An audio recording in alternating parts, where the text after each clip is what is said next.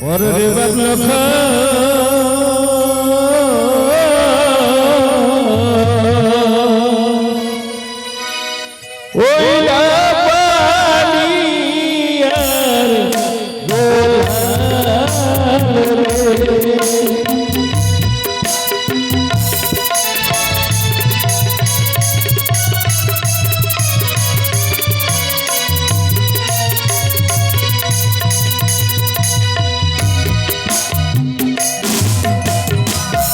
মুক্ত পড়ো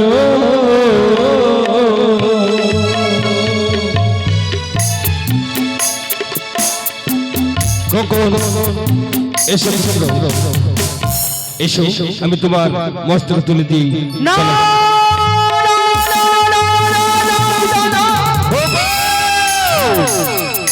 এই মুকুট আমার মস্তকে পরিধান করে দিও না কেন ওই মুকুটের উপরে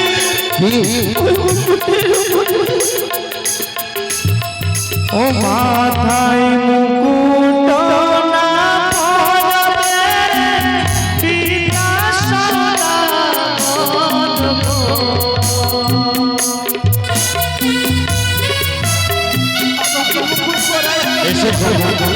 এসো এসো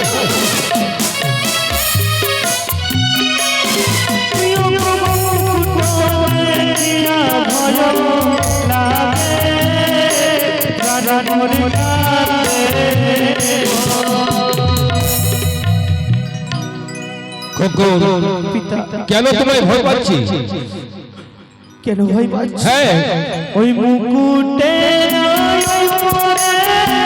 স্বর্ণের ছায়া দেখিব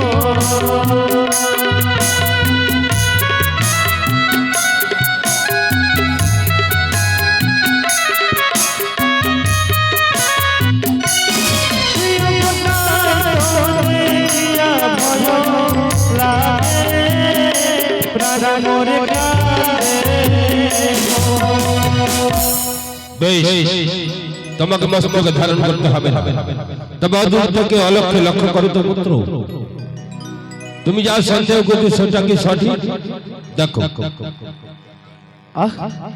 কি আশ্চর্য পিতা গো এই কিছুক্ষণে পূর্বে সেই মুটুকের উপরে সর্প কিলিবিলি করছিল আমাকে গ্রাস করার জন্য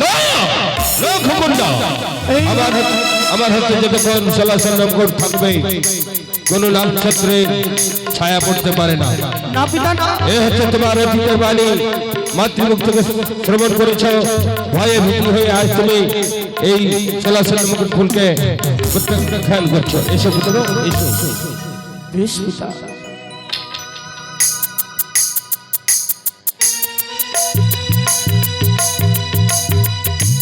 দেখো দেখো মস্তক পর মুকুট তুলে দেওয়ার সাথে সাথে আমার মনে হচ্ছে গৌরব না না না না না না আমি বড় বললে তার গলা দেশে তুলে না দেব ততক্ষণ পর্যন্ত নববর্ষে সজ্জিত হতে পারবে না তাই আর বিলম্ব না করে আমি মুখ মালা তুলে দিতে যাচ্ছি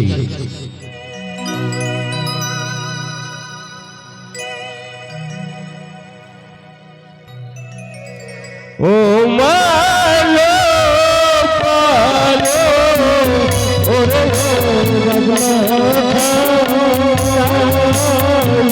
পানি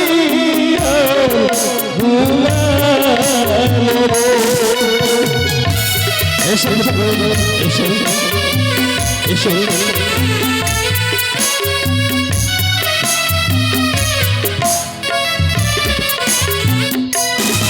এসো খবর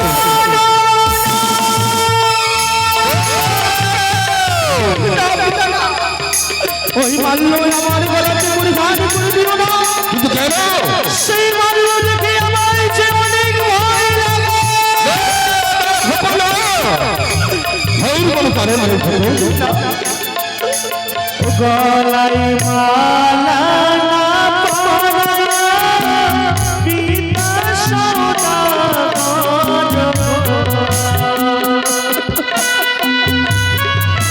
এসো এসো এসো প্রিয় পারা দিয়া ভয় মনে খোকন, পিতা কেন তোমাকে মালা দেখে ভয় ভয় ভয় মনে হচ্ছে বলো?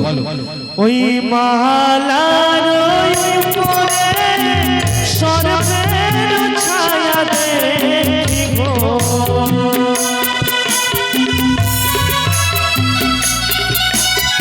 নই নই নই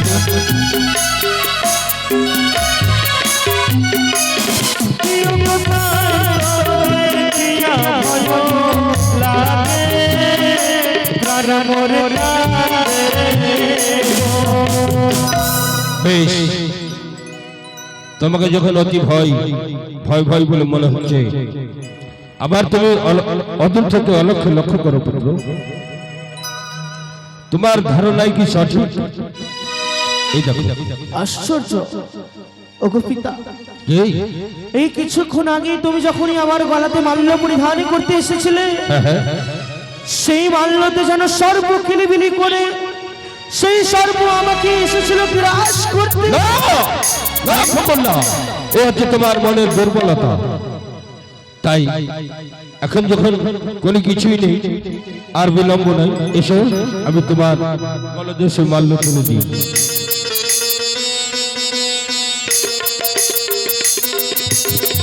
দেখো গো দেখো, আজ আমার পূজাবাসী আমার পুত্রকে নববার সাজে সজ্জিত করেছি, কত সুন্দর বানিয়েছে। এখন বলে মনে হচ্ছে গোলকপতি নারায়ণ, কিন্তু আমার আমার নারায়ণবাসীর মালিক ছিনি। যতক্ষণ পর্যন্ত উজনের দেশে না যাবো, যতক্ষণ আমার বৌমাকে আমার পুত্রের সঙ্গে সমপরিণয় সমাপ্ত না হবে, ততক্ষণ আমি লক্ষ্মীকে পাবো না। ও কি চল রে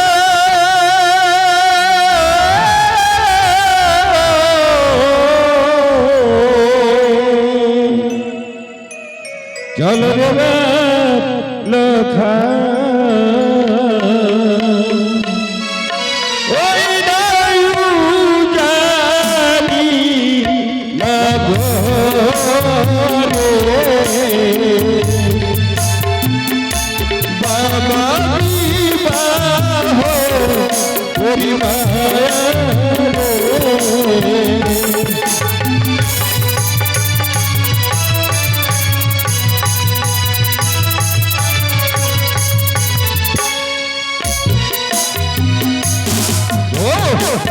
আজ তোমাকে নববর্ষ সাজে সজ্জিত করেছি বলে আনন্দে আত্মহারা হয়ে গিয়েছিলাম, কিন্তু তোমার প্রয়োজন এই মুহূর্তে মাতৃ দর্শনে। তাই পুত্র আর বিলম্ব না করে অতি সত্বর যাও অন্তপুরে, ছত্রাতলা পরিত্যাগ করে মাতৃ আশীর্বাদ মস্তকে ধারণ করে অতি সত্বর ফিরে আসবো আবার ছত্রাতলায়। যাও পুত্র যাও।